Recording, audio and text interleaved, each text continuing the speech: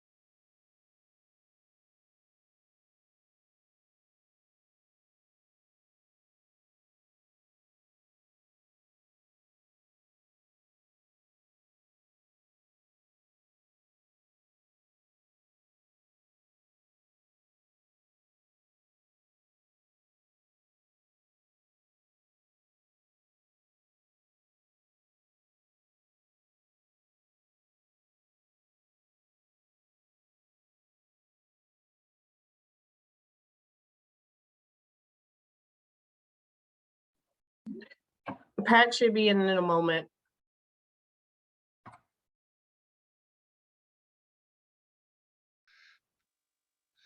Good.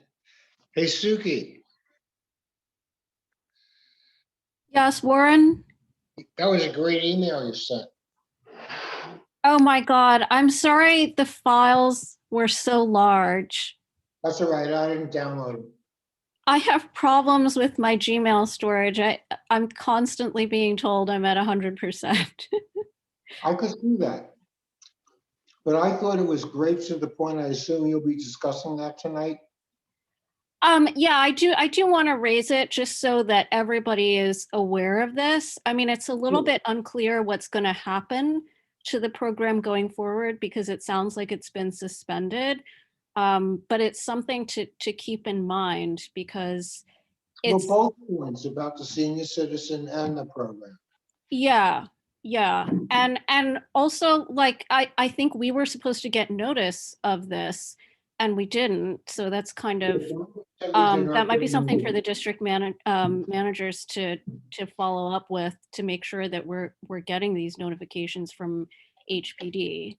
Yeah, Dante said we have not received notice, Okay, and he will also be on the lookout for it. okay, So let's see. okay. But good work.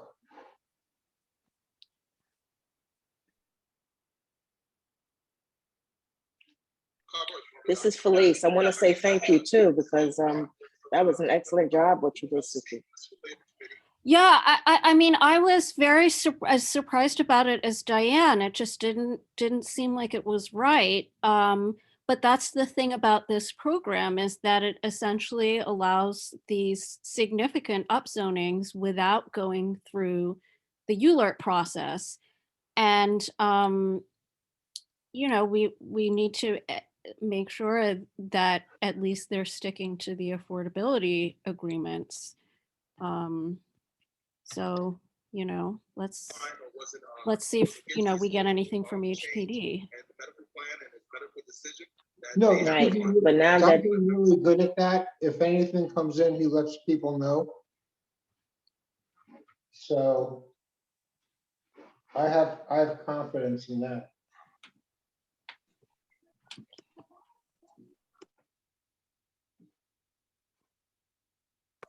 but to discover that what they've done was a big mistake, and now that HPD had frozen them from making any further movements. I mean, what do you do once they learn that, you know, it's the grounds has been broken? What can you do now? You know, I think that the reason they suspended the program was because there was a fair housing lawsuit that alleged that it was discriminatory because it was only targeted at seniors. And I think that lawsuit did make it past the first stage. I'd have to check. And so that's why they suspended the program. And it's really not clear what's going to happen after this. I think that it still exists for publicly financed senior housing units. But again, we should try to get more information from HPD about the terms of this program and where and how it applies. Because if essentially it applies anywhere, that's a little, you know, concerning.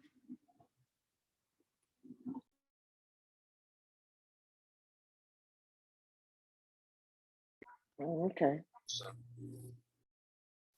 Good evening, everybody. I had a hard time getting in. I had all the wrong numbers. I'm sitting there waiting to get in and I didn't have the correct numbers. So I do apologize. And, Well, welcome, Pat. Glad you're here. huh? I said, welcome and glad you're here. Oh, well, I'm glad you're here too. Although I Thank can't you. see you. I'm glad everybody's here. Nor will you. Okay, so it is what, 7:08? So I'll give 2 more minutes. And then we're gonna go straight into the agenda and we will finish on time.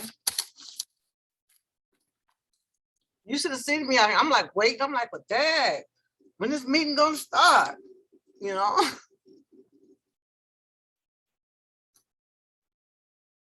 No, it's a terrible feeling, like when you're chairing a meeting and you can't get in.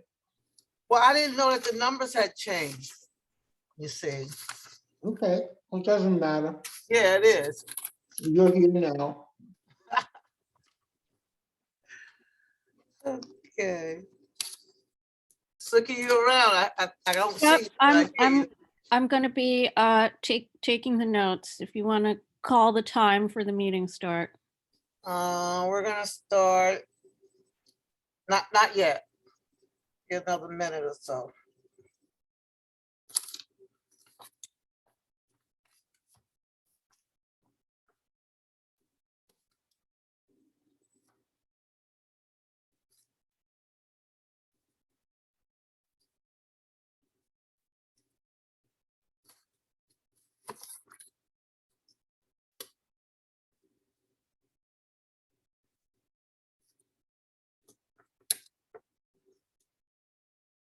Okay, we could start now. It is 7:10. At least that's what I have.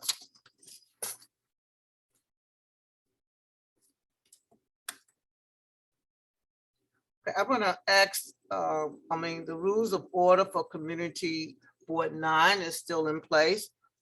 I'm gonna ask you to raise your hand if you have anything to say, and also stay muted until we can call on you.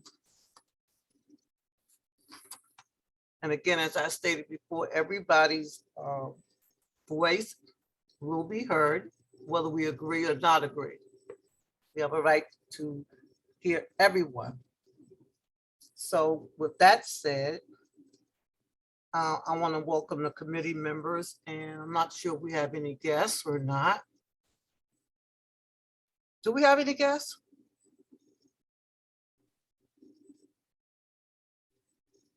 Okay, we'll go on. We have a guest? No? Okay.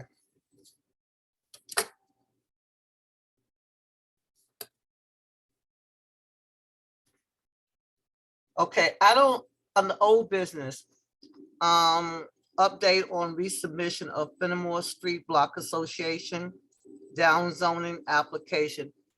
I don't think we got any update. Am I correct, Mia? Just, No, we haven't received any updates from DCP or the applicant. okay, so that's still pending.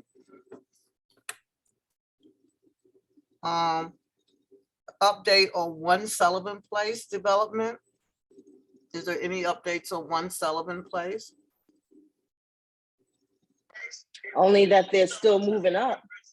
I guess, well, I guess they stopped. But, you know, the building is still, you know, being built. So Yeah, I know that. I'm it's- just saying, but there were some concerns that we were looking into, and I don't know if there was any update at this point. So I'm assuming, Right. I think Esteban, he was gonna look into something, and I don't remember what that was, but evidently he's not here at the present. Right, yeah, Esteban was gonna reach out to some tenants he knew in the building to Right, determine if the tenant protection plan was actually being honored. okay, so I think he's gonna be later on, am I correct? He's gonna Right. be late. I'm not So- sure if he's gonna be here this evening, but I also sent an email to the gentleman who initially contacted our office to bring attention to the development before any construction was initiated, and he has not responded. Oh, So I'll follow with Esteban. If he's not here this evening, I'll touch base with him to see if he's made any headway with the tenants at I believe it's 10:35. I believe Esteban said he's gonna be a little late, but he will be attending. Okay, perfect. okay, so we'll wait and see if, you know, if anything. So meanwhile, we can go into new business. New business. So we want to, with committee members, if there's some new business, we'd like to discuss that now. I see Suki. Yeah, on One Sullivan, Okay, you back, wait, hold on, wait a minute. Are you back to old business now? yes, I'm back to old business. For Okay. One Sullivan, did John have something to report? Yeah, hi Suki, and hello Hi. everyone.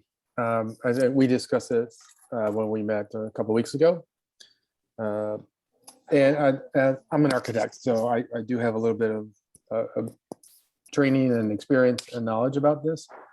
So as I understand it, there are basically two concerns. One is that obviously for tenant protection, that there is a way for the tenants in, again, the building on Washington, I don't know the number of that building, but they used to have an open courtyard and they could essentially leave that courtyard and gain safe exiting in case of an emergency, in case of a fire. Now with the building at One Sullivan being built there, that blocks a lot of their access. But as I understand it, the developer has left essentially a pathway, which is a very common thing. If you look at a lot of the apartment buildings that are like building next to building next to building, you know, whether it's along Eastern Parkway or elsewhere within the neighborhood, that there are essentially alleyways or again passageways. Sometimes they go below the building, below the first floor, but then they exit up to the sidewalk level. So that has been accepted by the DOB for years. I used to live in a building on Eastern Parkway that was built in, I think, 1936 is when it opened. So for 90 some years, that's been an acceptable exit path for someone who's exiting down a fire escape into the rear yard of the building. So that is deemed safe as long as it's developed and built in a a high rated condition. So it's like a 2-hour plus condition. So if there were a fire, say in an apartment right above it, it would take more than 2 hours, at least 2 hours for that fire to burn through or damage the concrete or steel or whatever the construction is before that passageway became unsafe. So 2 hours is a fairly long time for an intense fire to develop and do the damage it would need to do to make that passageway unsafe. So that was the one concern. And the other concern is the cantilevering of the building over the other building that's on Franklin. And again, typically you could see because the steel is going up, you see how structurally how that has been developed. It is a cantilevered system. It's a very, not common, but it's not unusual system for cantilevering the building over another building. It's probably a bit unusual for Brooklyn at this point, but I think it's likely something we will begin to see more and more frequently. It is something somewhat common in Manhattan. And basically it uses typically is like 2 floors to the building and ties them together structurally. So you essentially creates a very tall truss. It's a structural element that's called a truss.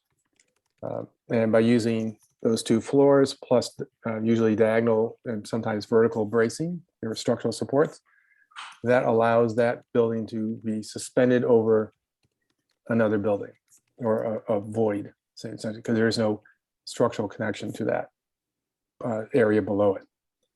And again, their concern would be with fire. Say if there's a fire in that building that's on Franklin, that the area adjacent to that building and then underneath the cantilever section, that would be highly fire protected, highly rated, it's called in building code terms.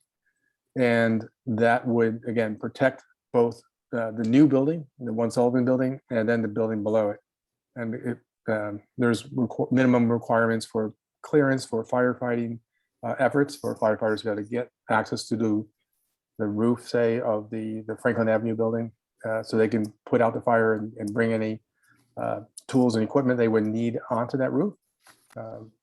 So it's again, I think what we're seeing something is it's new to us, new to our neighborhood, but it's not not very unusual and it is a very safe system.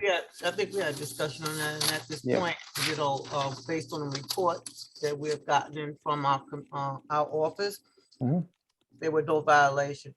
Right. Yeah. The DOB came back and said that was right. all Right. So I mean, so that's what I'm saying. At that point, that's what the information that we got. Okay. Yeah, I was just trying to provide. Suki and I had a good conversation, just providing some additional. We've had the conversation. So I just want to know if anything new. But anyway, thank you anyhow. Okay. Anytime. Okay, so.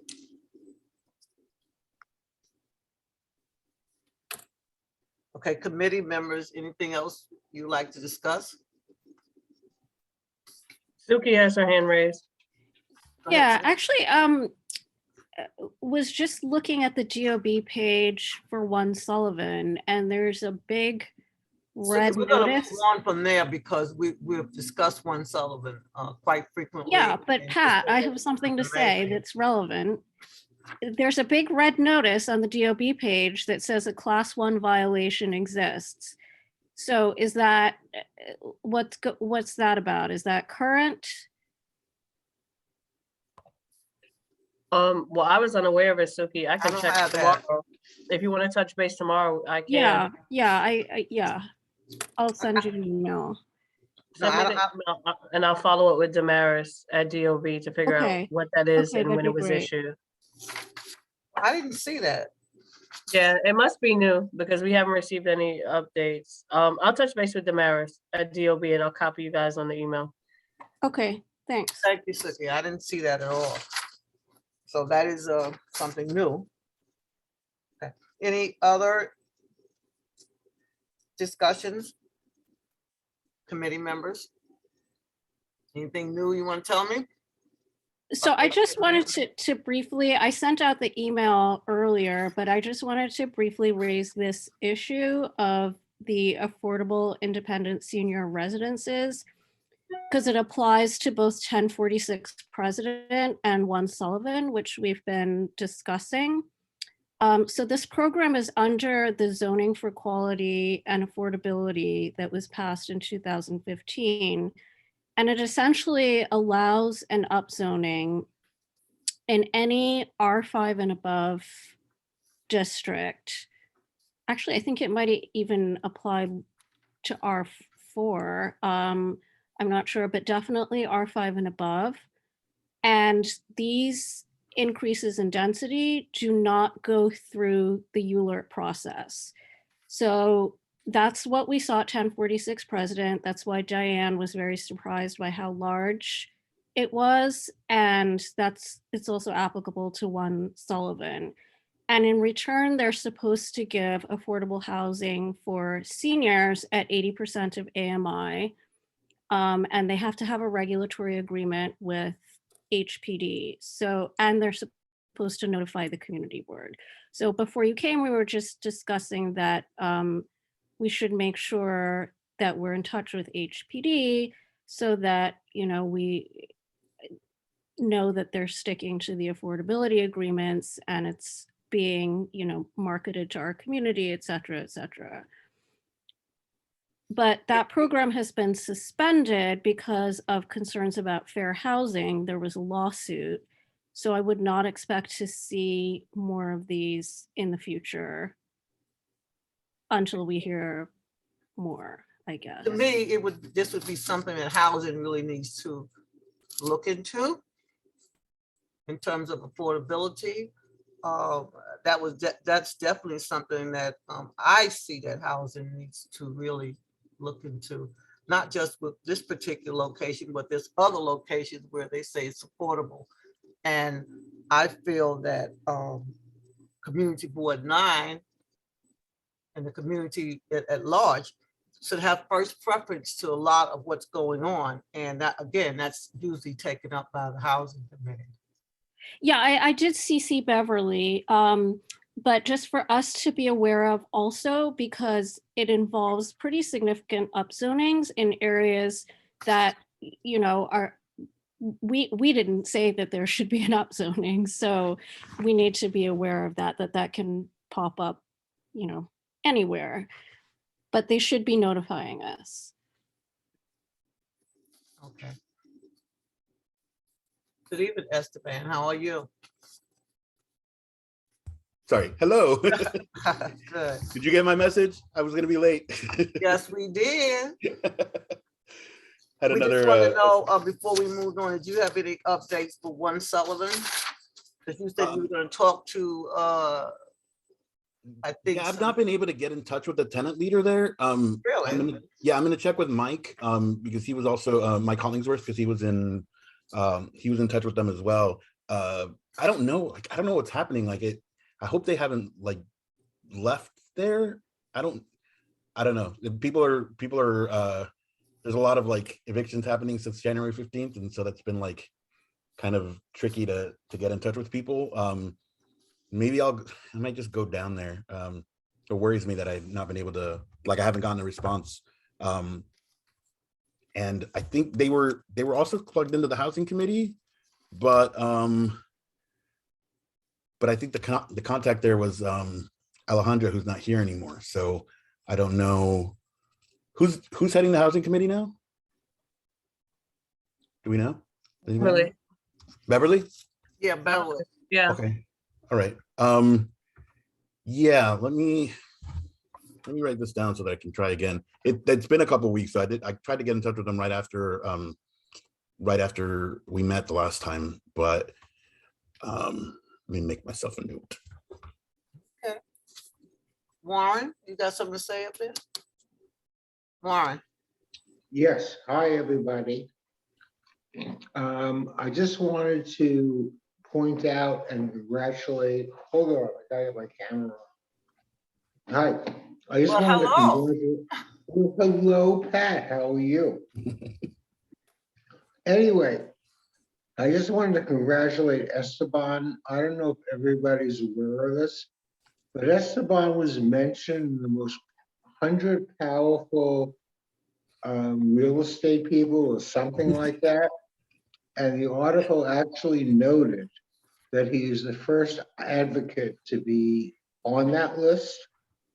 So I've known Esteban for a couple of years and we've always have worked together, and I just wanted to congratulate Thank Thank you. Thank you.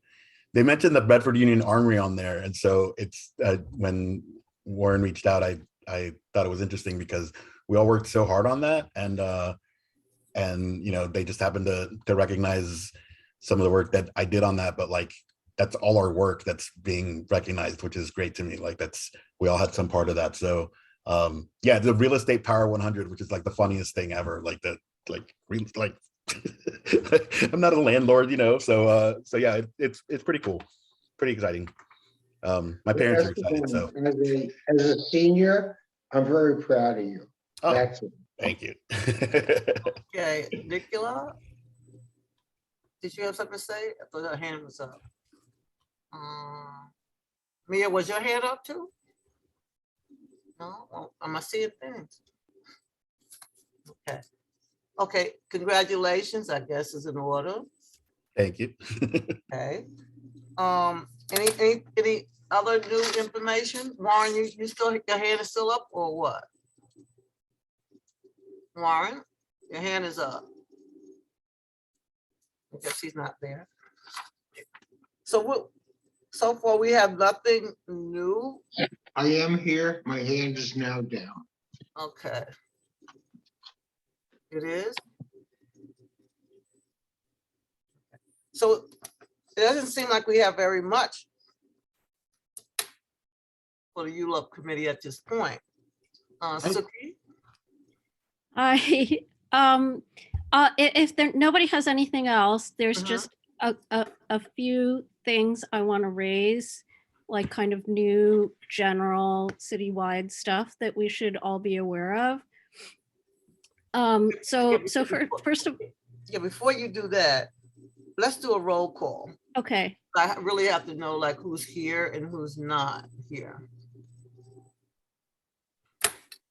So would you do a roll call for us, please? I don't have the complete list. The Come only on, Suki, now, because you had the minutes and the minutes have the complete list. okay, You gotta keep up with you have to keep up with who the members are. all right, let me, I mean, I feel pretty sure that everyone's here except Tom Thomas. No, you cannot do that. You have to do a roll call. Okay. All right, let me open up the You want me to do a quick update while you do that, Suki? Yes, do an update. yes. Okay, quick update. I went to a hearing today for CB8. There's a bunch of developments happening along Atlantic that are sort of coming out of the back of Atlantic Yards. Very controversial. A lot of shenanigans that happened with the former council member, and they tried to push through a bunch of things all at once. Pretty remarkable what happened today. A bunch of us showed up to testify. The new council member essentially said that they were going to reject the rezoning applications in favor of a neighborhood plan.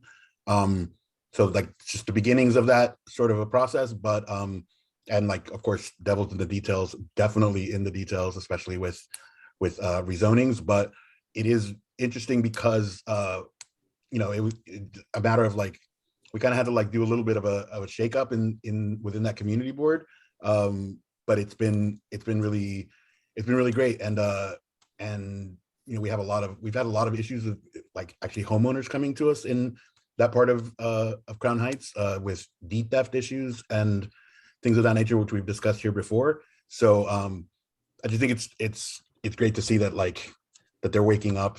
I feel like we've been pretty much awoken for a while now, but yeah, it's great. And I think it's important for us to watch. You know, the new administration, they're going to be looking at trying to do some sort of a better planning for.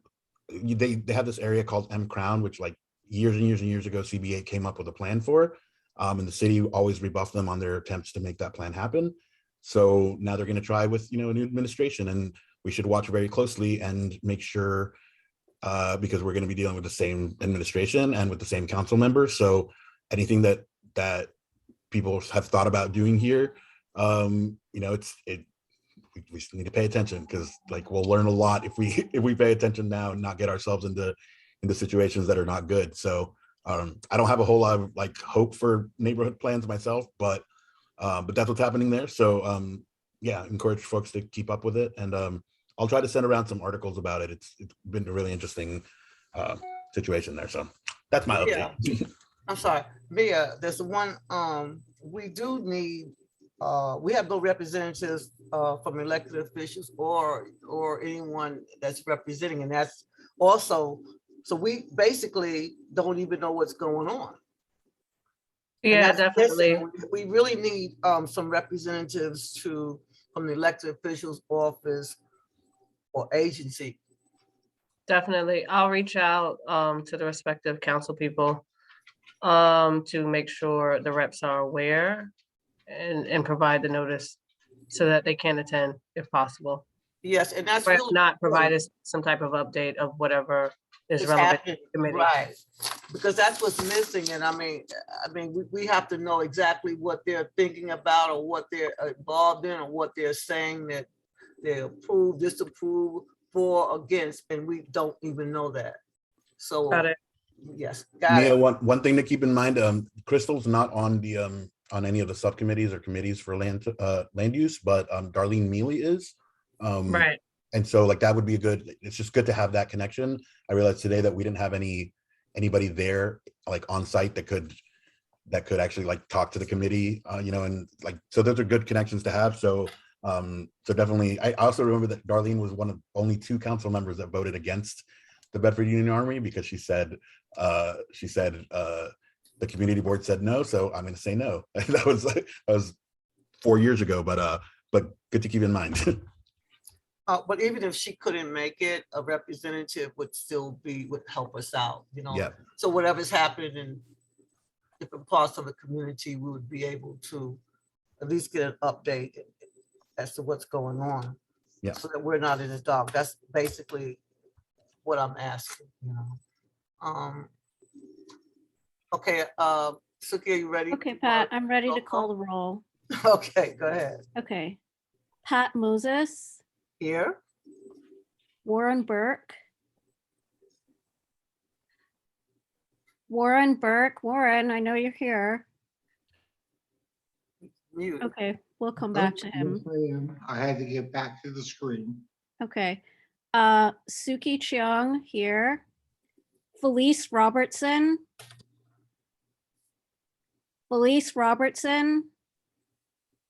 She was here. I don't know what happened to her. You just here. Looks like she dropped. She might come back. Maybe she got Okay. So we will put a question mark next to her at this point. Because we can't mark her here because she's not here. Lorianne Wolseley. Here, good evening, everyone. Good evening. Okay, and now the community resident members.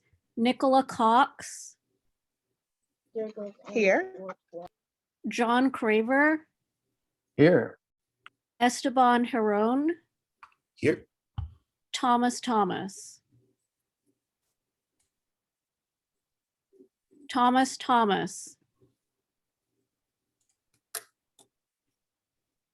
Not here. Okay.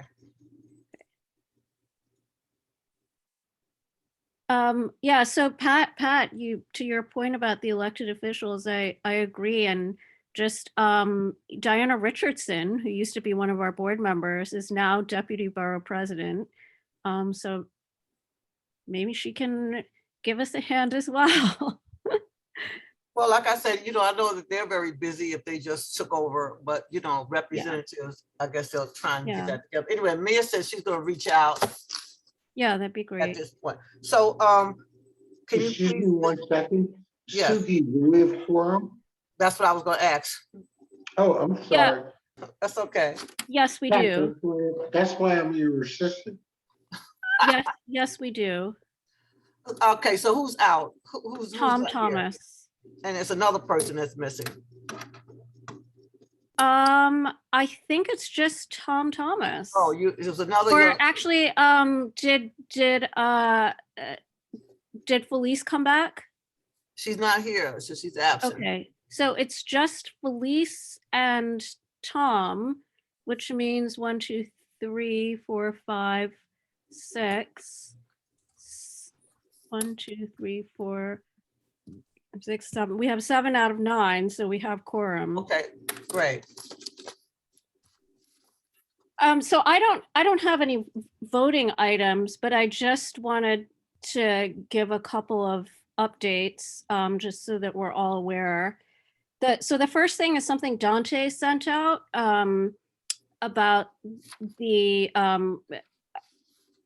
like tool. It was a workshop from city planning about tools for equitable development.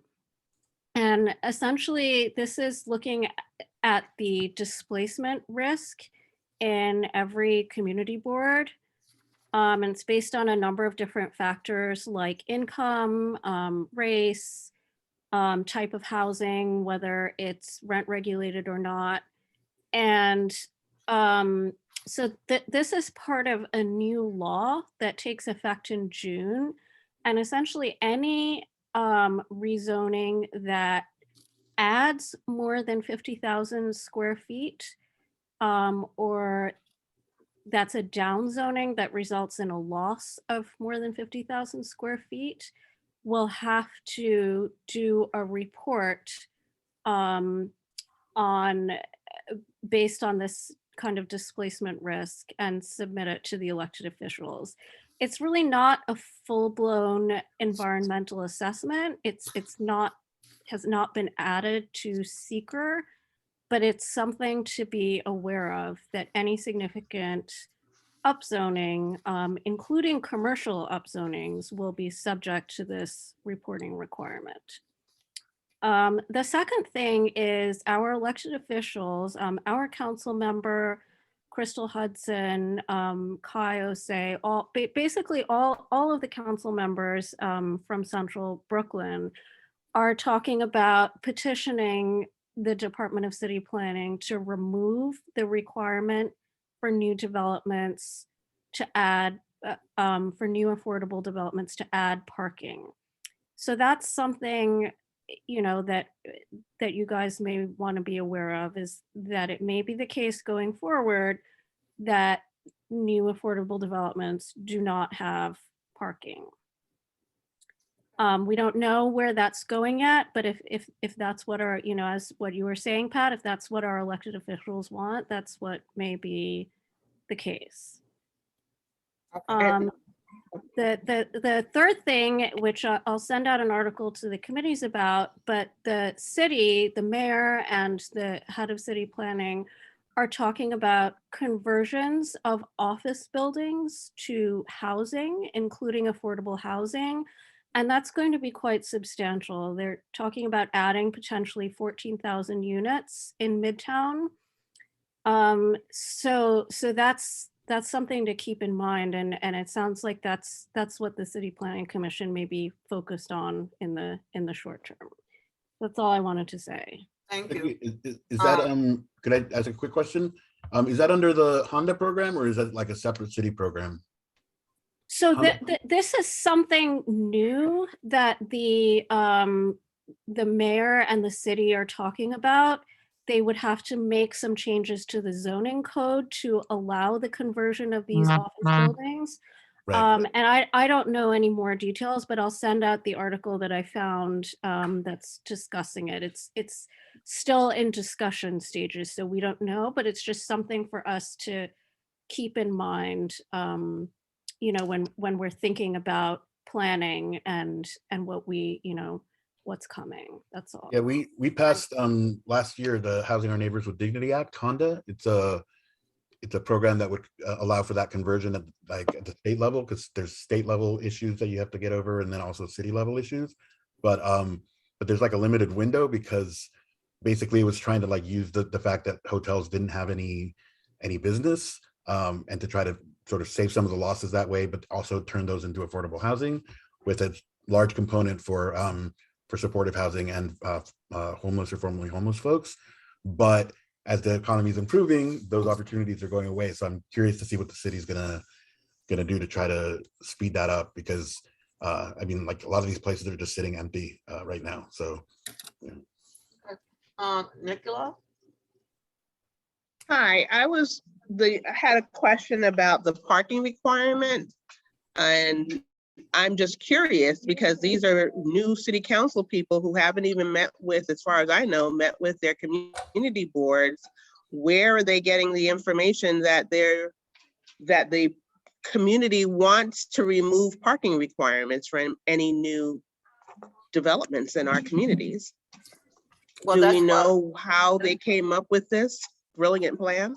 we have to get somebody in to verify what's going on. We don't know. Yeah, I only know what I'm reading in the Right, news. so we need to, Okay. you know, that's why it's important that we have a representative. So we're gonna definitely try to get some representatives, Nicola, to help us out. Warren? Yeah, great, thank you. Mhm. Warren? Hi, everyone. I just want to piggyback on Nicole said. I don't, I mean, I certainly understand the purpose of not having the parking requirements in order to increase apartments, but in our district, parking is a really hot spot. So I agree that we really need to look into this and to see where it came from. From my experience with Crystal Hudson, it just sounds not like her. So let's go and explore and go forward. Thank you. Thank you. For clarification, I think the proposal was Lincoln Ressler, who just took over the council seat for that was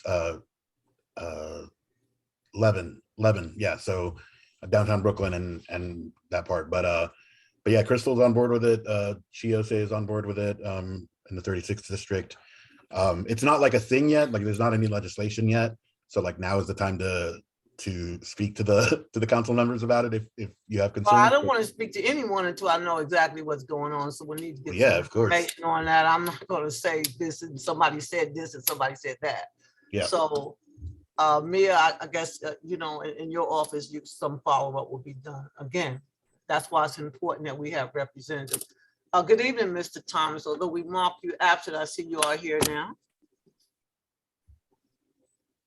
You have to unmute yourself. Okay. I just did. All right. Well, anyway, good evening. I'm glad to have you. So we're going to correct. We marked you out, but now we're going to mark you present. Now are there community? I want to hear from the community of residents. Are there any? It looks like it's two. Hi, Yes. And who are you? how are you? This is Janice Granum. I'm on the Economic Development Committee. Hello, everyone. Okay. How are And you? I'm doing well. How are you? Good. Well, I'm calling because I was curious about something that Suki mentioned, and I'm so glad she mentioned it. She talked about many things, but the city council reps who are looking at, who are in agreement with removing the parking requirement for the new builders. And I do find it interesting that about 6 council people, including Crystal and even Rita Joseph, in this area, that they went along with it and they have not consulted the community at all.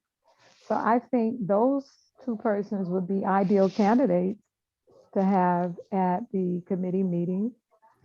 And you would get firsthand knowledge, because I like how you said, Pat, you don't want to hear by hearsay, you rather hear directly from the persons. But those are 2 people who I know for a fact from reading in the papers, they approved the proposal that this guy, I forgot his name. Lincoln Ressler? Yes. Lincoln And I Ressler. think he's over, I want to say somewhere by Brooklyn Heights or maybe Greenpoint or something like that. Yep. And, you know, it's all being touted as though if the developers do not have to do parking, then it will allow for more affordable housing. And it would also enable, you know, it won't impact the emissions and everything. But that is senseless because the developers, it seems to me, simply do not want to spend the money to excavate for parking. And, you know, if you don't excavate for parking, then what happens is we continue to have the parking problems that we're having. There's a lot down the block from me. It's filled. They rent it out and it's filled. So I agree with what Warren said. The parking is awful. It's awful. I mean, I really am thankful that at least one Sullivan, they have like 32 parking spaces. But I think we need to hear from the council people who are making decisions without community input, because this is really kind of fast. We're in March and all of a sudden Rita and the other council person, they agree to it. I don't know. What do you guys think? See, I don't know, and this is why I said that, you know, if you have any information, you know, send it into the district office so they can give it, you know, to us to read. This is the first I'm hearing of this, so. Well, my information is thank you. coming Huh? from the New York Times. I'm getting information from the New York Times, the Daily News, from Patch, and Politico. Yeah, they discussed it at the hearing this morning, actually. Okay. Oh, so I mean, I just, you know, like Warren said, I don't understand how anyone could do away with parking when Brooklyn is notorious for having no parking. It's very hard to find parking in Brooklyn, Flatbush, any part of Brooklyn. I was in Williamsburg yesterday. You know, so how could, I just think it sounds like a cost saving measure by the developer, because if you don't excavate for parking, then that's less expense that you have. Now, does that mean you're going to now build 2 extra floors on top of the building? I don't know. Thank you. Thank you. Any other community residents? Is there, I see somebody by the name of, was it Asher?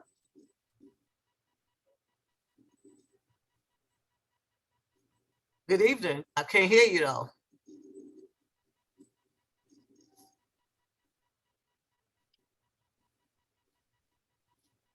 I think it's something about your mic is not working.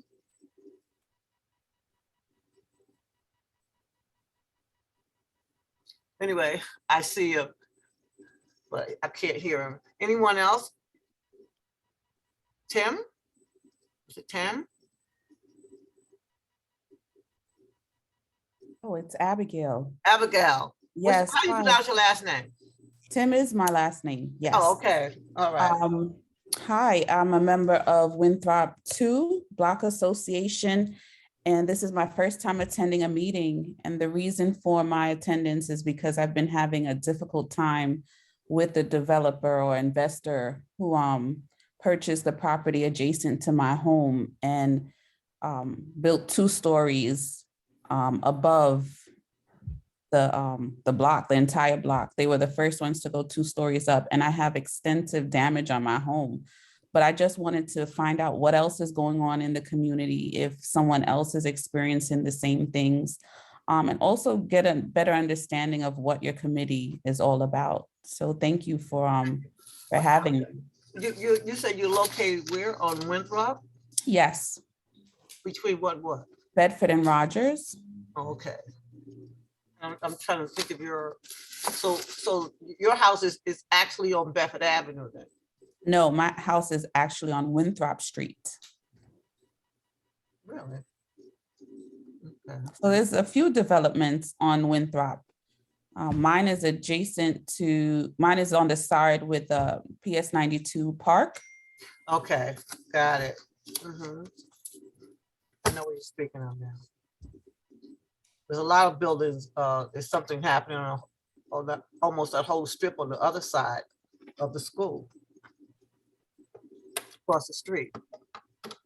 The school is doing renovations. I see scaffolding up for the school, but I'm not sure if other renovations.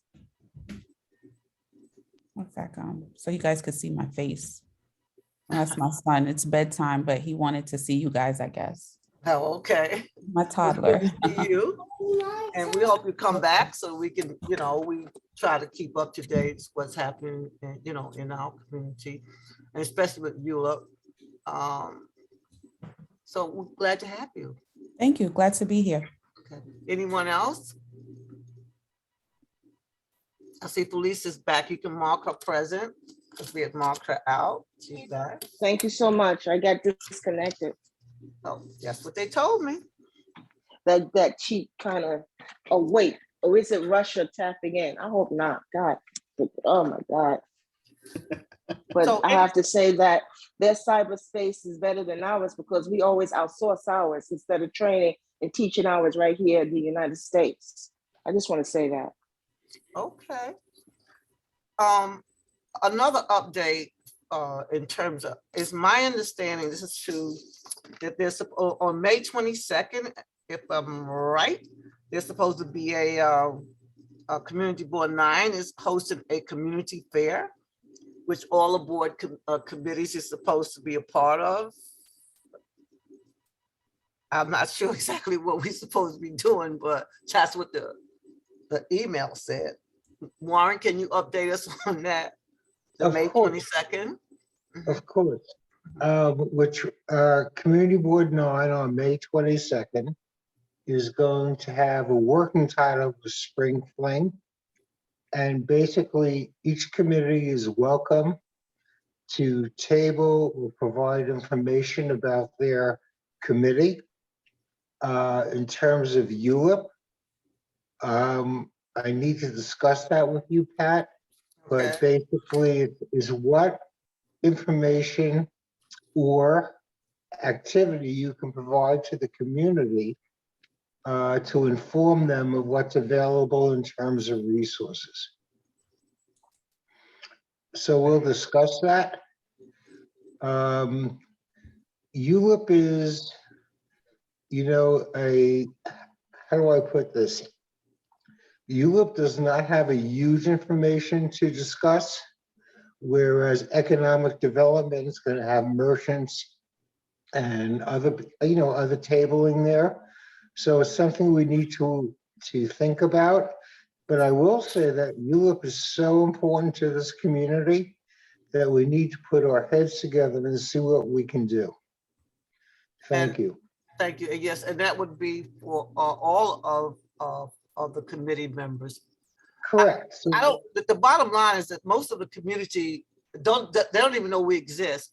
And even if we just had information about what we're about and give them some information on how this plays a big part into the buildings that goes up in terms of zoning, that would definitely help the community understand or even look at what's going on with the ULURP committee. I agree totally. And, we have played such an important role of what's going on that I think there could be some educational slants to this, but Yes, let's take a look and talk to the committee and see what they come up with. right. Because they don't really know a lot of times how developers play a big part into what's going on and how the buildings go up, in our communities. Correct. In Esteban. Correct. And the other part to take a look at, and I'm not suggesting this, but bringing it up, is our successes in terms of Community Board 9 in the ULURP process. So that's something else. I mean, it's totally up to the committee, but whatever you guys decide, it's good. Do I think you should be representative? The answer is yes. Great. Suki, then Esteban. Can't hear you. I think it would be great for us to be able to put out more information about zoning and how it affects our community, whether it's for people like Abigail or, we've had other residents come in the past, one Sullivan, et cetera, what's going on next to them. And before it even happens, we should let them know what could happen to them, because usually by the time it happens, it's too late. So I'd like to think about whether we could put out information about our committee, but also just some basic information about zoning in your community and how it affects you. Right. Because I think that's before we can do what Esteban is saying, like a neighborhood plan, we need to start with just educating people. Yeah, I just want to comment on the neighborhood plan. About 8 or 9 years ago, there's a thing called 197, which is a neighborhood plan. And the community board tried to do that. And we received a lot of static from certain advocates, but it seems to be something we should do. And I'm not saying, I certainly support any planning, but let's see what's going on. I think the main thing in terms of May 22nd is that it's on a Sunday. We expect to have, hopefully if we get a park permit, it's the same day that Smorgasbord has their Smorgasbord. And we would expect 5,000 to 10,000 visitors because our location will be right by the place of, Lincoln Place. So I certainly support any information we can give because it's a highly flammable topic and our residents need to know more of that. Okay, and you're absolutely correct. If that's the location, that's just before you get, the location is on the hill, because if you go a little farther down, I think that's where they have all of the places where you eat and drink and stuff like that. If you go farther down up on Lincoln, past Lincoln Road. Well, our thinking is, and this is just a draft right now, is that we'd like to have it as you enter the park on Lincoln Avenue. Lincoln Road. I'm sorry, Lincoln Road. And to your left, there's a big open space. Right, I know what you're talking about. Exactly. Our secondary plan. I think that would be a great location because, people can go, there's going to be a lot of people in and out because they're going down there to partake in the food and the drinks and stuff, the little kids and whatnot. So that's a good location. Exactly. So let's cross our fingers and see if we get approved. Thank you. Thank you. G? Hi, this is Janice again. I hear a lot about communication and people not knowing about the meetings. I mean, the community board does a great job sending out emails. I don't know how many people get emails though. And I was wondering, does the community board have access to the phone numbers of all its residents in the community? So that they can do, you know why I asked? Okay, well, maybe not. But somehow or another, the council people have numbers and they send out robocalls for their election. So I was thinking if there could be robocalls sent to the people in the district to let them know about the meetings coming up, or to let them know about certain events like the May 22nd event. So I guess it would have to go through the council people, right? No, we have a community board. And do you know where our community board 9 is located at? Nostrand Avenue. No, Mia's going to tell you this information that goes out every week about what's happening, so Mia can update you. Oh, yes, I believe I spoke with Ms. Grannon via email. Yes. We're on Nostrand between President and Carroll. Yes. And she signed up for our weekly listserv. Yeah, Right. but what I'm saying is that for those people who don't have emails, who can get a phone call. I get phone calls from council people when it's election time. So I know that they have my number. I know that they have my neighbor's numbers. Yeah, So definitely. We maybe, would definitely have to speak to Borough Hall about that because there are identifying information laws in place that mhm. prevents us from transferring contact information of constituents. How is it that the council people do it? I'm not Yeah, sure where from- they obtain it Well, they're from. elected officials, Well, also they have their own lists. Is the other right? They thing. want your vote too, Right. Right. and your donations. Those lists are Oh, so expensive then too. You maybe can buy those lists. you Yeah, can buy those the list, lists so are maybe available for purchase. Yep. That's not something the board could purchase. they're that expensive. They're really expensive. Okay, so Oh, okay, but Yeah. thank anyway, you. like, and listen, and probably what's happening now is that we're on Zoom. When we were meeting in person,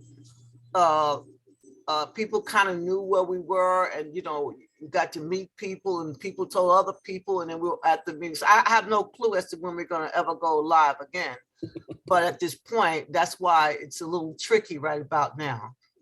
Esteban? Yeah, two things on the issue of the thing on May 22nd. I just sent you, a couple of links because we don't have chat, but like we can maybe send it out to the committee. There's an organization called the Center for Urban Pedagogy that does they do like really cool, like sometimes they're posters, but usually they're like little booklets that make it really, really easy to explain things like zoning. You can download it for free. I just sent a sample of it, but we might be able to do something like that, or even give out the link on a piece of paper or something. But I think it would be really good to get, I did like a brief, like 5-minute presentation about what land use is at the last CHTU meeting. And we had like 4 people sign up to start coming to some of these meetings. So there's interest out there. And, obviously like the learning curve is huge, but I think that it's possible to present it in a way that will get people interested. And especially if we talk about the things that we've accomplished and what would happen if we had not accomplished those things. So Warren, I'm happy to help brainstorm some as well for whatever we want to do here in terms of like if we want to put a table out or whatever. I think that'd be good. I don't think that we want to have like necessarily like zoning maps or anything like that, but any information that will get people interested, I think would be great, because more participation is good. That was the big thing this morning at the CB8 hearing thing. They talked consistently about how there was like no tenants that are involved, and like that's not been the case here. We've been able to engage a lot of different groups. So, and then the other thing on the neighborhood plan, like I said, I'm skeptical always of city planning. Up until now, it has been like sort of the dogma of the tenant movement to not do neighborhood plans, because the city always found a way to mess it up somehow or another, put poison pills in there somehow or another. That's the case here, and in CB9 as well. I actually found out that city planning wanted nothing to do with CB9 after the turmoil of a few years ago. They were terrified, which yeah, exactly, because what they would have done was not good. So I think that we should be open to what a new administration, even though it's Adams, and I don't know that we can count on that to be good, but yeah, I would just caution that, like, this is why I'm saying we need to watch what's happening in CB8, because they're going in like bright-eyed and bushy-tailed, like really excited, like they're having a lot of problems in CBA too. Trust me. Oh yeah, no, trust me. And I'm saying they're probably about to the have. Neighborhood plan is supposed to be an involvement with the community also. It's not supposed to be where you just throw something up in the air and come back down. Right. It's supposed to be what is actually needed within our communities. That's what a neighborhood plan is. And the 197A, like the type of plan that is, has never actually been instituted ever, like in its full, like a community board comes up with the plan, they present it. What's happened up until now is like they either water it down, they take away some of the affordable housing, they mess with it. So it's never once in history since it became law in the charter in like the 60s has it ever actually been done. But that doesn't mean that it can't be done. So like, right. It's one of like, if you really had a 197, you would actually have like a subcommittee, because that's something that does a lot of research. It's not like person just up and say stuff. Oh, yeah. You know, you have to involve the community. You got it's a lot A of work. lot. It's a lot of engagement too. And a lot of that it would be committee work, but it would also involve the board. It also involve your elected officials and so on and so on. So I'm not against it, but I'm just saying if they really had a real one where everybody had the involvement, because they couldn't just put anything they want like they do now. We don't have anything. We have no say so at this point. When you look up, it's already done, and then we're trying to do it, to undo it, or to say yes or no. But if you have a plan, they would tell us exactly. Well, we would say exactly what we wanted in the community. And they would say exactly what they think we could have, and et cetera, et cetera. That's a plan. That's years. So years everybody has involvement in it, right? And you can't, it's not something that you do overnight. Everybody has involvement in that plan. So I'm not against it. It's just that, you know, you would have to have people that really want to work on it. Yes, Nicola. Yeah, go ahead, Nicola. The one part of our community that did have a plan was Franklin Avenue. I'm sorry, I can't hear you. We've spent the last 4 years fighting to protect the one part of our community that did have a plan, which was Franklin Avenue. It was downzoned, it was protected, the heights were protected. And we've spent the last 4 years trying to fight developers from breaching that plan. So that's why I don't really have any faith in these neighborhood plans. We can spend a lot of time drawing something together, but as soon as the developer comes along and swings a certain amount of money and buys a lot of land, we're still in the courts. And so we can talk about it, but I'm not convinced in this marketplace that it really buys the community leverage. Great. Warren, Suki, and then Thomas, and then we're gonna have to close out soon. Hey, it's Warren. I do want to say, and I don't disagree with what Nicola is saying, but I will say the following. In the last 3 or 4 years, up to the present, we have really reached a coalition with our community members and stakeholders.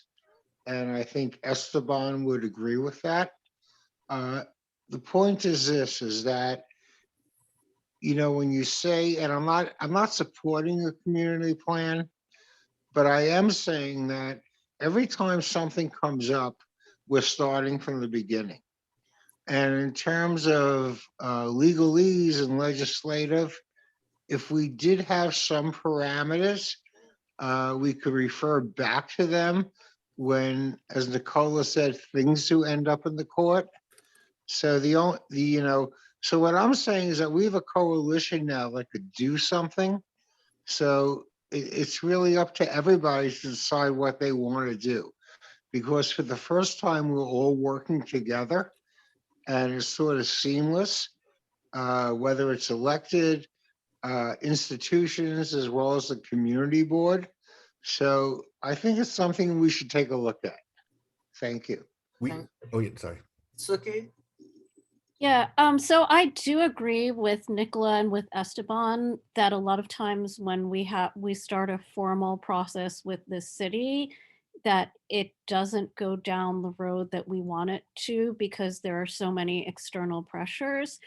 But that doesn't stop us from talking to each other. Like, you know, I'm really happy to see Warren and Janice here who are on the Economic Development Committee, because actually, you know, part of our mandate as a committee, we often forget about this, but the zoning code tells us that we should look for sufficient space for commercial activities as well as sufficient space for housing.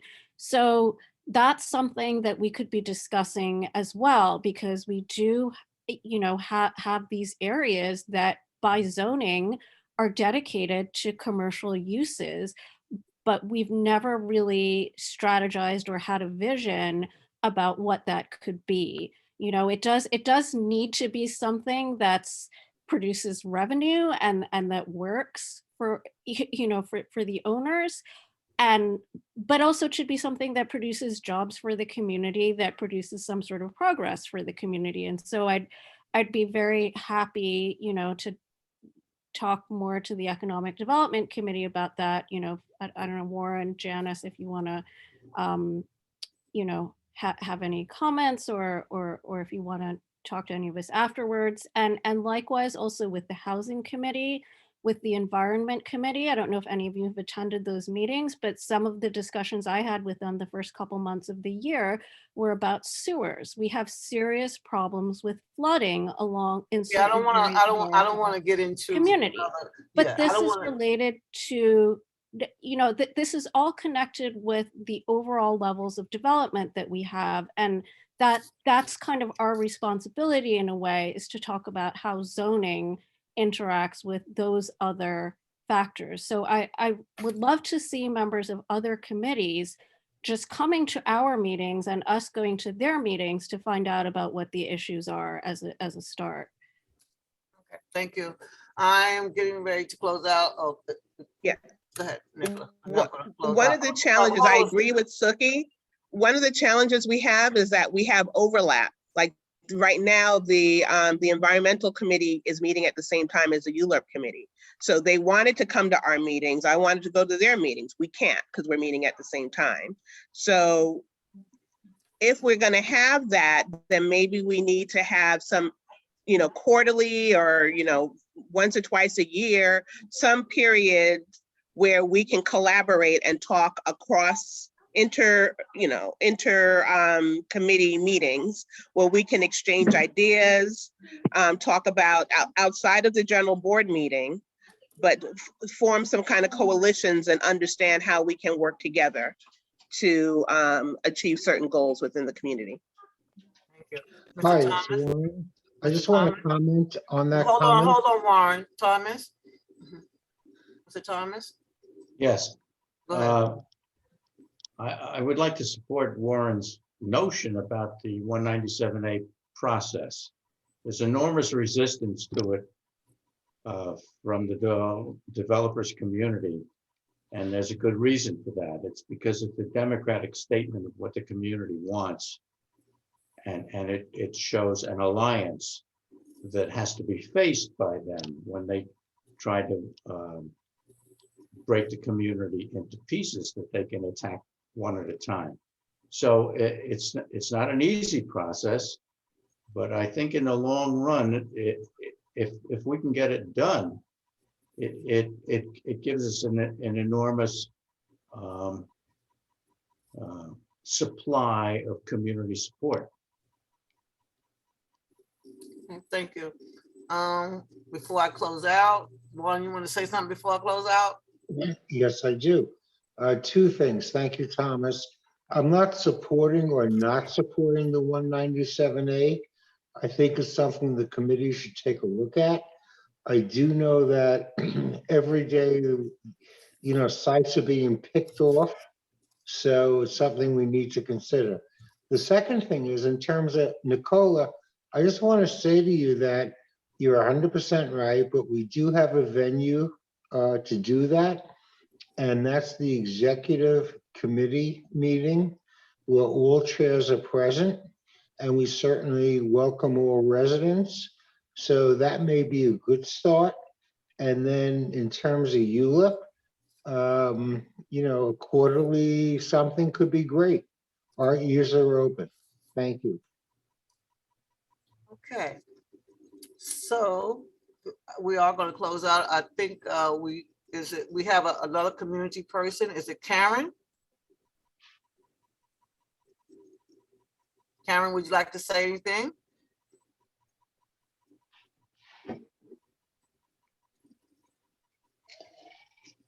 I guess not. Okay, so our next meeting date will be April the 12th at 7 p.m. And again, just to piggyback on what Warren is saying, yes, if you attend the executive meetings, all of the chairs are there at that time, so it'll be really, really easy to kind of zoom in, because we also have to give a report on what we're doing. So for those of you that are not aware that you can attend, you can. With that being said, can I get a motion to adjourn? I make a motion to adjourn. Can I get a second? I Felice second. Okay. Felice Robinson. Okay. Now, before we adjourn the meeting, when is the next executive meeting? So they know, Warren. Me will be able to tell you that. I'm not Okay. quite sure, but it's All right. usually I believe, It's next Tuesday at 7 p.m. It is March 15th at 7 p.m. and we have a public session and welcome all comments. Okay, thank you, everyone. It is now 8:16. A long meeting. Well, you know why? Because I was late. I couldn't get I in, was too. but they wouldn't let me in. So I had to run a little late. So anyway, Pat, I thank y'all. It was a And I- plot. Huh? It was a plot not to let you in. I know, isn't that terrible? So I had to get late. Next time, I I will can't try complain. to I was get there actually here 15 for minutes. exactly an hour, so. I will get there 15 minutes before time. Hopefully I'll have the right information. So again, I thank everyone. See you soon. Thank Good you. night. Bye-bye. Thank you for a good meeting. Good night. All right. Good night. Good night all. Right. Good night. Night, night.